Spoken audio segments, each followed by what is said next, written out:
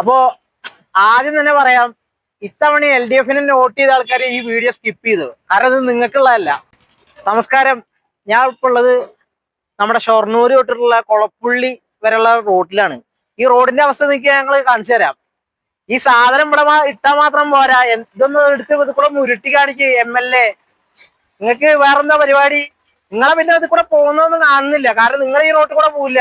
പാവപ്പെട്ട നാട്ടുകാരാ ഈ റോഡിൽ കൂടെ പോയിട്ട് നട്ടലോടിഞ്ഞിട്ട് കിടക്കുള്ളൂ. ബൈക്ക് യാത്രക്കാരൊക്കെ ഭയങ്കര കഷ്ടപ്പെട്ടിട്ടാണ് ഈ റോഡിൽ കൂടെ പോകുന്നത്. നിങ്ങൾ ഈ ശവപ്പെട്ടി പോലത്തെ സാധനം ഇവിടെ കൊടുന്ന് പ്രതിഷ്ഠിച്ച് വെച്ചാൽ മാത്രം പോരാ. ഇതൊക്കെ ഒന്ന് ഇട്ടിട്ട് കുറച്ച് കല്ലിട്ടിട്ട് ഈ റോഡൊന്ന് നേരാക്കി താട്ട് പൊന്നി MLA മമ്മിക്കുട്ടി സാറേ.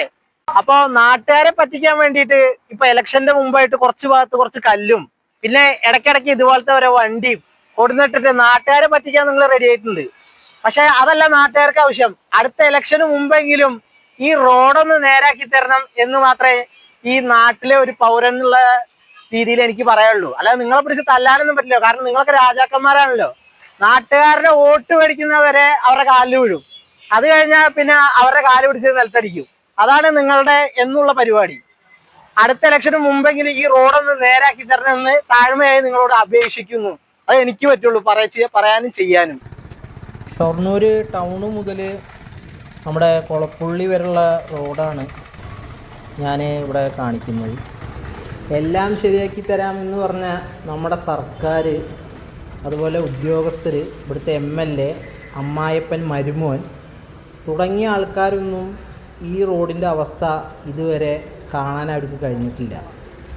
അത് അവർക്ക് മുമ്പിൽ ഒന്ന് തുറന്നു കാട്ടുക എന്നുള്ള ഉദ്ദേശം കൊണ്ടാണ് ഇന്ന് ഞാൻ ഈ വീഡിയോ ചെയ്യുന്നത്. ഇത്രയും മോശപ്പെട്ടുള്ള റോഡ് ഈ സംസ്ഥാനത്ത് വേറെ ഉണ്ടോ എന്ന് ചോദിച്ചാൽ എനിക്കറിയില്ല. എൻ്റെ മുന്നിൽ ഇത് വളരെ മോശം റോഡാണ്. ഇതിലൂടെ പോകുന്ന യാത്രക്കാരായാലും അതേ അനുഭവം തന്നെയാണ് പറയുക. ആരും നല്ലതാണെന്ന് പറയില്ല. പിന്നെ നല്ലതാണെന്ന് പറയുന്ന ആൾക്കാർ ഈ സർക്കാരിന് വേണ്ടപ്പെട്ട ആൾക്കാരാവും. അവർക്ക് ഈ സർക്കാരിൽ നിന്നും പല കാര്യങ്ങളും നടക്കുന്നുണ്ടാവും. അത് എല്ലാവർക്കും നന്നാവണമെന്ന് പറയാൻ പറ്റില്ലല്ലോ.